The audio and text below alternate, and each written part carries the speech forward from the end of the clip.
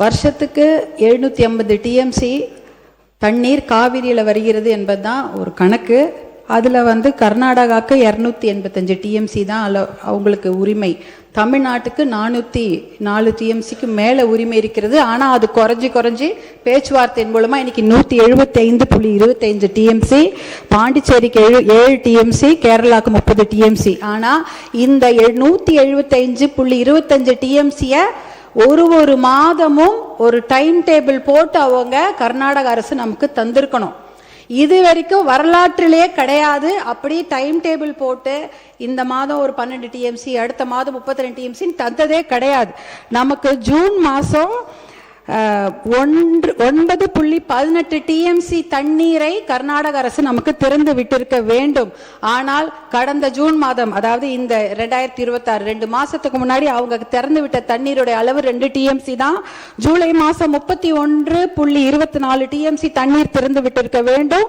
1 டிஎம்சிக்கும் குறைவான தண்ணி தான் திறந்து விட்டுருக்கிறாங்க. அப்படின்னா அந்த சட்டத்தையோ தார்மீக நடவடிக்கையோ காவிரி ஆணையத்துடைய தீர்ப்பையோ உச்ச நீதிமன்ற தீர்ப்பை எதையுமே கர்நாடக அரசு மதிக்கவே இல்லை. இது வரைக்கும் அவங்க திறந்து விட்டதே இல்லை. நமக்கு அதனாலதான் குறுவை சாகுபடிக்கு பாதிப்பு ஏற்பட்டிருக்கு. குறுவை சாகுபடி பண்ண முடியல, அதனாலதான் விவசாயிகள் பாதிச்சிருக்கிறாங்க. இது எப்படி பார்க்கணும்னா, நமக்கு வர வேண்டிய தண்ணிய அவங்க கொடுக்கல. ஆனா எப்படி இந்த ஆடிப்பெருக்குல தண்ணி வந்தது? ஆடி 18 வந்து போச்சு. ஞாயிற்றுக்கிழமை எல்லாரும், திங்கக்கிழமை எல்லாம் சேலம் தருமபுரி மாவட்டங்கள் ஆடிப்பெருக்கு விழாவை கொண்டாடி இருக்காங்க. இந்த காவிரி தண்ணி எங்க வந்ததுன்னு யோசிக்கலாம். ஆனா அது காவிரி தண்ணி கர்நாடக அரசு நமக்காக கொடுத்த தண்ணி கிடையாது. கேரளால வயநாட்டுல பயங்கரமா மழை பெஞ்சுது. அந்த வெள்ள நீர், அதிகப்படியான அந்த வெள்ள நீரை தான் அவங்க கபினி அணையில தேக்கி வைக்கிறாங்க. அந்த தண்ணி கபினி டேம் ஃபில் ஆயிடுச்சு. ஃபில் ஆனதுனால வேற வழி இல்லாம தான் தண்ணி, உபரி நீர், வெள்ள நீர் தான் நமக்கு திறந்து விட்டுருக்காங்க. ஹாரங்கியில இருக்கிறதோ, ஹேமாவதியில இருக்கிறதோ, கேஆர்எஸ்ல இருக்கிற கிருஷ்ணராஜசாகர் டேம் தண்ணி அவங்க திறந்து விடல. அது முழுக்க கர்நாடக மாநிலத்தில் அந்த பெய்யக்கூடிய மழை, அந்த காவிரி நதி நீரை அதை தேக்கி வச்சுட்டாங்க.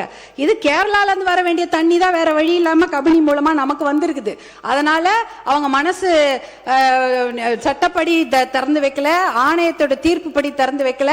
அவங்க தண்ணி அதிகமான வெள்ள நீர் அவங்க ஊர்ல வந்துடக்கூடாதுன்னு தான் திறந்து வச்சிருக்கிறாங்க.